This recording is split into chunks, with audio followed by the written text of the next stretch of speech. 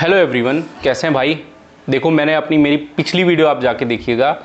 मैंने बोला था कि भाई नवंबर में आपके अब एग्ज़ाम श्योर हैं कि ग्रुप डी का एग्ज़ाम होगा। और आज अभी ऑफिस से आया तो देखा कि भाई एग्ज़ाम की डेट आई हुई थी। मतलब ये नहीं कि मैंने कहीं मतलब किसी सोर्स से पता लगाया था, लेकिन ये पता चला। चलो एग्ज़ाम डेट तो आ गई। अभी तक कुछ लोग ऐसे रहे होंगे। हम आज 2-3 चीज़ों पे बात करेंगे। पहली बात तो कि कुछ लोग ऐसे होंगे जो अभी तक एग्ज़ाम डेट का वेट कर रहे होंगे कि भाई एग्ज़ाम की डेट आएगी तो हम पढ़ना शुरू करेंगे। कुछ बच्चे ऐसे होंगे जो जैसे होती नहीं, slow and steady wins the race, कछुआ वाली कहानी आपने सुनी, तो वो कछुआ की रफ्तार से चल रहे होंगे और वो रेस जीतेंगे भी। और तीसरे तरीके के लोग ऐसे होते हैं जिनको मतलब कॉन्फिडेंस होता है जब एग्ज़ाम आएगा उसके 1 हफ्ते 1.5 हफ्ते पहले पढ़ेंगे। तो भाई अगर ऐसा आप कुछ कर रहे हैं तो ये सब बंद करिए। तो पहली चीज़ हम लोग बात करते हैं कि अगर आपका सिलेबस नहीं कंप्लीट हुआ तो क्या अभी जो आप आज मान लीजिए कि आज 8 तारीख है, 9 तारीख है, जो भी है 8 तारीख, तो अभी भी आपके पास 2 महीने से ज़्यादा है। तो 2 महीने में भी आप अगर 60% पढ़े हैं ना ग्रुप डी का, तो भी आप 60% 40% पढ़ के ग्रुप डी का सिलेबस ख़त्म कर सकते हैं। कैसे कर सकते हैं वो मैं आपको एक एक चीज़ बिंदुवार तरीके से बताऊंगा। जो भी बच्चे हैं जिनको सिलेक्शन लेना है, उनका कभी कभी एग्ज़ाम में 24-25 साल से ज़्यादा उम्र हो गई है और उनका एग्ज़ाम में 1-2 नंबर से रह जाता है। सबसे पहले तो भाई लोग आप ये करो कि जो आपकी मैथ्स और रीजनिंग है उसको एकदम स्ट्रॉन्ग करो, सबसे ज़्यादा फोकस उस पर करो।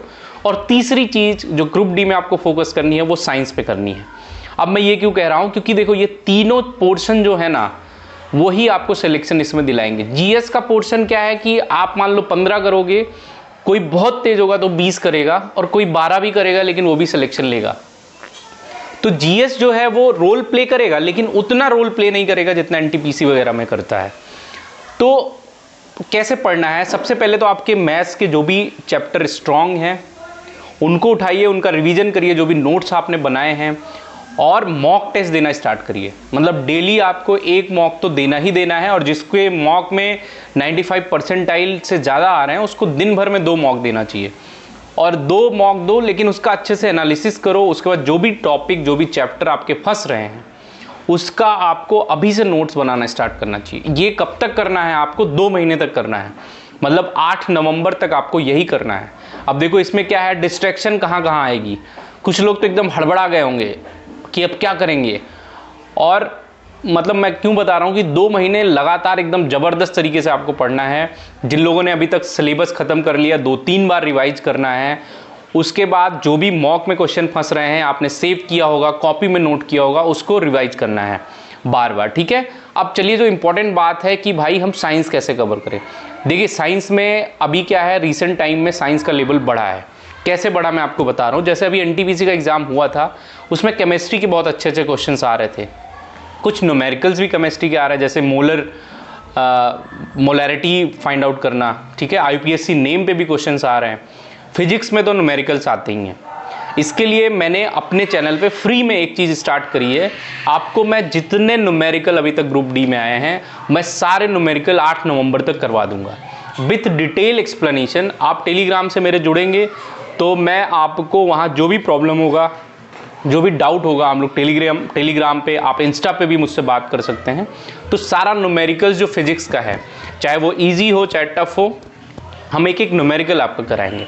तो न्यूमेरिकल वाला पोर्शन आपका यहाँ हो जाएगा। थ्योरी के लिए मैंने NCERT chapter wise line by line start करा था। आपको वो नहीं पढ़ना है।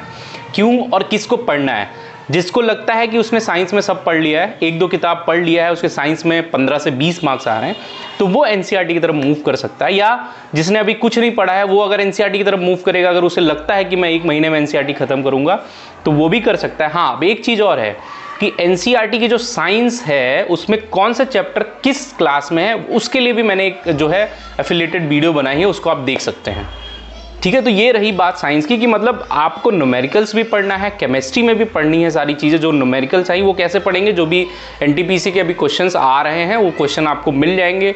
एनटीपीसी अंडर ग्रेजुएट की भी आंसर की आ जाएगी, आंसर की के बाद सारे क्वेश्चंस आपको मिल जाएंगे, तो उससे कोई हेजिटेशन नहीं होगी। और सारे क्वेश्चन जो अभी आरआरबी एनटीपीसी ग्रेजुएट वाला होगा, एसएससी सीजीएल का एग्जाम होगा, अंडर ग्रेजुएट का होगा, सारे में जो करंट अफेयर के क्वेश्चन आ रहे हैं, अगर आपका सब कुछ हो जाए तो वो क्वेश्चन भी आपको करके जाना है, क्योंकि करंट अफेयर वहीं से पूछे जाएंगे। ठीक है। तो ये साइंस का आपका पोर्शन। अब कुछ बच्चों की मैथ्स बहुत वीक होती है, वो सिर्फ साइंस, जीएस और रीजनिंग के भरोसे जाना चाहते हैं। नहीं भाई, ऐसा नहीं होगा। ग्रुप डी में इस बार कट ऑफ अच्छी जाएगी, आपको टारगेट भी अच्छा रखना पड़ेगा। Target in the sense UR वालों को 85 टारगेट रखना चाहिए, मैं कह रहा हूँ, ठीक है, क्योंकि आप 85 करेंगे तो आप 75 to 80 के बीच में जाएंगे, इससे कम तो कट ऑफ नहीं जाने वाली है, ठीक है। बहुत टफ पेपर आ गया तो अलग की बात है।